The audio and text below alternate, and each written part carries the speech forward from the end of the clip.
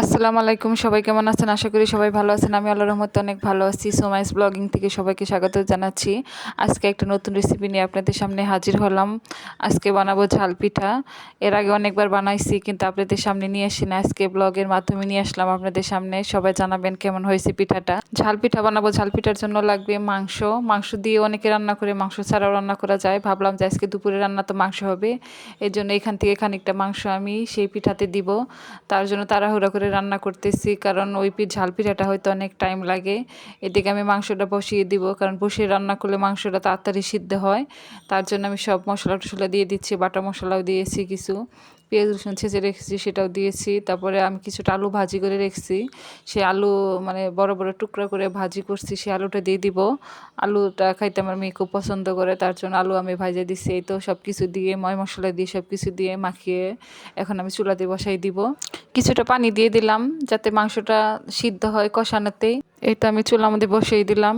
মোটামুটি এখন চালটা একটু বেশ ভালোই দিব, পরে আমি চালটা কমিয়ে দিব যাতে মাংসটা ভালোভাবে সিদ্ধ হয়।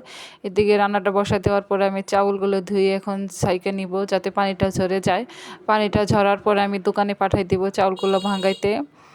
তো পানিটা ঝরার জন্য আমি ছাঁকনিতে চাউলগুলো উঠাই নিতেছি। উঠাই নেওয়ার পরে আমি পাঠাই দিব। এদিকে আবার রান্নাটা আমি দেখতেছি কেমন হয়েছে। রান্নাটা সিদ্ধ মোটামুটি হইতেছে। আমার মাংস রান্না শেষ হয়ে গেছে। এদিকে চাউলের গুঁড়া আনা হয়ে গেছে। এখন আমি চাউলের গুঁড়া সব কিছু মশলা টশলা দিয়ে আমি ঝাল পিঠার জন্য সব কিছু তৈরি করবো। এখানে লাগবে মশলা টশলা সব কিছু, বাটা কী কী লাগবে সব আপনাদের আমি দেখাইতেছি। এদিকে আমি মাংস, বেশ কিছুটা মাংস আমি ছোটো ছোটো করে কাইটে নিয়ে আসছি। পরিমাণ মতো চাউলের গুঁড়া দিতেছি, কারণ আমার চুলাটা অনেক ছোটো, তো বেশি বড় দেওয়া যাবে না, বড় দিলে পিঠাটা সিদ্ধ হবে না। তার জন্য পরিমাণ মতো আমি দিতেছি চাউলের গুঁড়া।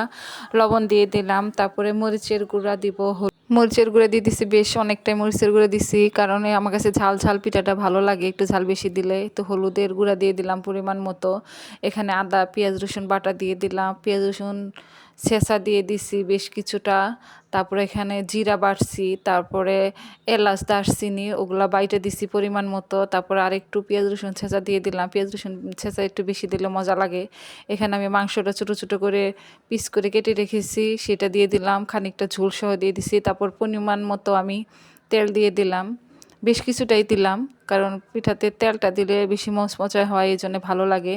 তারপরে ফুটন্ত পানি দিয়ে দিচ্ছি, ফুটন্ত পানি দিলে পিঠাটা নরম হয় ভিতরে আর উপর দিয়ে মুচমুচে হয়, এই জন্যে ফুটন্ত গরম পানি দিতে হবে। এদিকে পানিটা গরম দেখে আমি ভাজা কাটাটা নাড়াচাড়া করলাম। তারপরে মোটামুটি ঠান্ডা হয়ে গেছে, ঠান্ডা হওয়ার পরে আমি হাত দিয়ে ভালোভাবে অনেকক্ষণ মিক্সড করছি। মিক্সড করার পরে কড়াইতে আমি আগেই তেল গরম করে রেখেছিলাম, সেটার উপরে আমি দিয়ে দিলাম মিক্সড করা সেই চালের গুঁড়াটা দিয়ে দিলাম। উপরে তেল ভেসে উঠছিল, সেই তেলটা আমি পুরা পিঠার উপরে মিক্সড করতেছি যাতে পিঠাটা মুচমুচে হয়।